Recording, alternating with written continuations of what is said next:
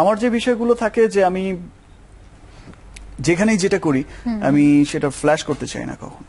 বর্তমানে সোশ্যাল মিডিয়ায় আলোচনার ঝড় তুলে দিয়েছে মেগাস্টার শাকিব খান এবং অপু বিশ্বাসের দ্বিতীয় বিয়ের ইস্যুটা নিয়ে। তবে এই বিষয়টা নিয়ে মেগাস্টার শাকিব খান কিছু কথোপকথন বলেছেন, যেটা নিয়ে নেটিজেনরা বিভিন্ন মন্তব্য কিন্তু ইতিমধ্যে শুরু করে দিয়েছে। তো চলুন আমরা মেগাস্টার শাকিব খানের মুখ থেকে সেই কথোপকথনগুলো একটু শুনে আসি। আমার যে বিষয়গুলো থাকে যে আমি যেখানেই যেটা করি আমি সেটা ফ্ল্যাশ করতে চাই না কখনো, বিকজ অ্যাজ এ মুসলিম এই বিষয়গুলো একটু রেস্ট্রিক্টেড তো আমাদের ধর্মেই আছে। ডেফিনেটলি। তো আমাদের এর পরের প্রশ্ন করেছেন নিতু সিলেট থেকে, সিনেমার নায়করা সব সময় আইন নিজের হাতে তুলে নিতে চায় কেন? মানে সিনেমাতে সব সময় দেখা যায় না যে হঠাৎ করে শেষ দৃশ্যে পুলিশ চলে আসে, বলে আইন নিজের হাতে তুলে নেবেন না, এরকম একটা ব্যাপার থাকে। আম, অনেক সময় সিনেমায় না, শুধু বাস্তব লাইফে এমন হয় যে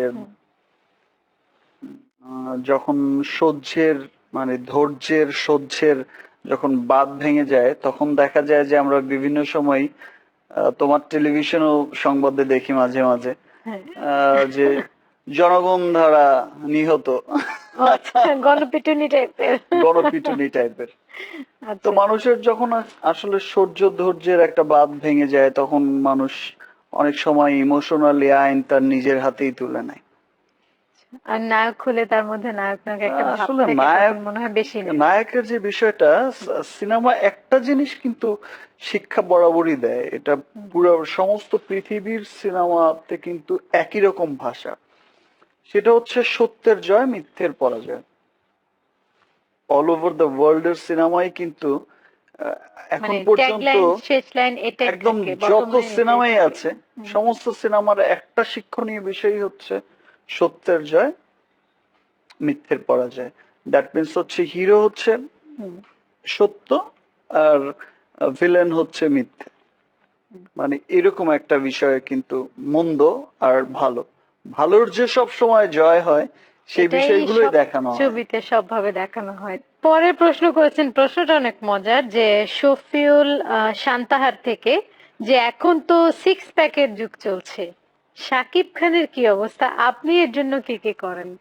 যেহেতু আমি ডিসাইড করেছি যে আমি বছরে হাতে গোনা ছবিতে কাজ করব, আর আমি নিজে ছবি প্রোডাকশনে আসব, আপনারা সিক্স প্যাকস যেখানে দেখে অভ্যস্ত তাদেরকে দেখেই বুঝবেন যে তারাও কিন্তু নিজের প্রযোজনা সংস্থাই আছে প্রত্যেকের, এবং তাদের প্রত্যেকের প্রযোজনা সংস্থা থেকেই কিন্তু সিক্স প্যাকস ছবি অনেক বেশি বেশি হচ্ছে।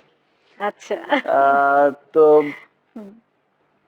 আমি আমার প্রযোজনা সংস্থা নাম হচ্ছে এসকে ফিল্মস, অচিরেই কাজ শুরু হবে 15 ফেব্রুয়ারি। আর টেকনোলজির মানে ডিজিটাল টেকনোলজির সবচেয়ে আপ টেকনোলজি গুলো ইউজ করেই কিন্তু কাজ হবে, এন্ড দেন পোস্টের কাজ হবে দেশের বাইরে।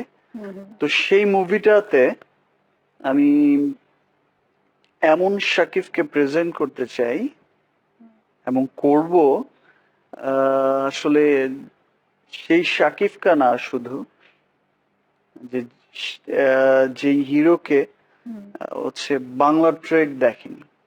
বাহ। ফাইন। তো তখনই আসলে গুনে গুনে দেখবেন প্যাকটা কি সিক্স প্যাক না এইট প্যাকস। ওরে বাবা। যাই হোক, আমার আসলে মনে হয় সিক্স দর্শকরা প্যাকস অপেক্ষায় থাকবেন। এইট প্যাকস আসলে এইটা কোনো বিষয় না, আসলে মানুষের ফিট থাকাটাই হচ্ছে সবচেয়ে ডেফিনেটলি, তারপরও জরুরি। ভক্ত বলে কথা, তারপরেও এক এক যেহেতু ভাবে। একটা ট্রেডিশন চলছে অল ওভার দ্য ওয়ার্ল্ডই, তো দেখা লেটস সি। যাক, লেটস সি। তোমাকে সবসময় বলা হয় ভার্সেটাইল অ্যাক্টর, যে সব বিভিন্ন ধরনের চরিত্রে অভিনয় করেছো। তো আমি ছোট্ট একটা প্রশ্ন শুরুতে করতে চাই, যে এমন কোন চরিত্র আছে, এটা আমাদের দর্শকদেরও প্রশ্ন, কিন্তু যে যেটা মনে হয় যে হ্যাঁ আমি করেছি, বাট আমি এরকম টাইপের আরেকটা চরিত্র করতে চাই?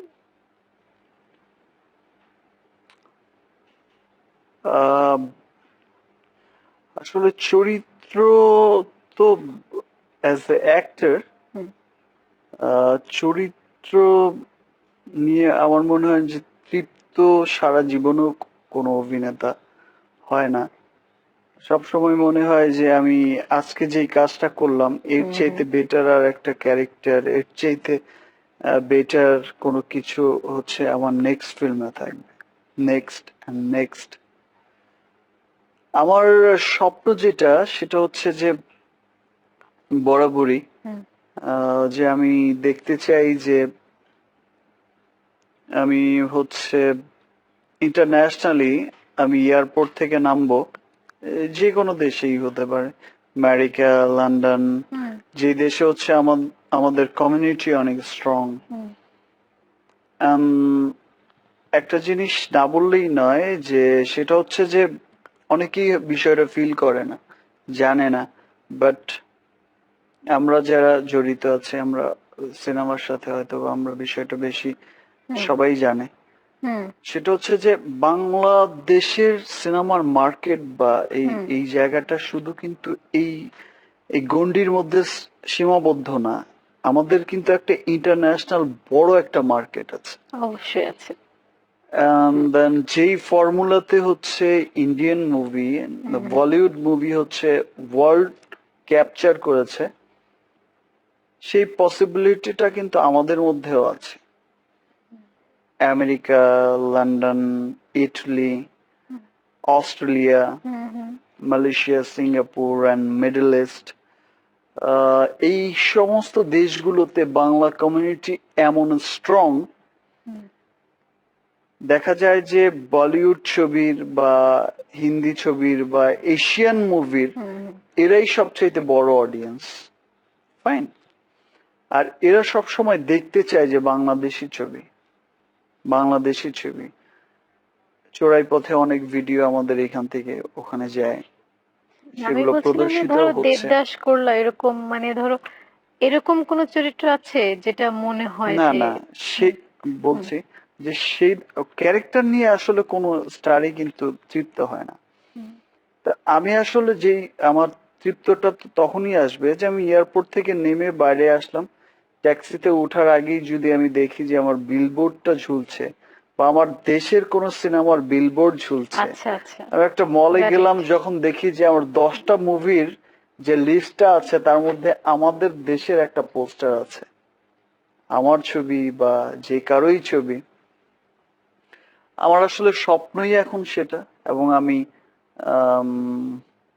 ইন্টারন্যাশনালি আমাদের হুম, ছবি রিলিজ করার জন্য আমার প্রযোজনা সংস্থা সংস্থা থেকে আসলে যেহেতু কোয়ালিটিটা ওইরকম হতে হবে, তো সেই কোয়ালিটি মেনটেন করেই কিন্তু কাজ করতে তোমার যাচ্ছি। প্রযোজনা সংস্থার নাম কি? SRK না, প্রোডাকশন?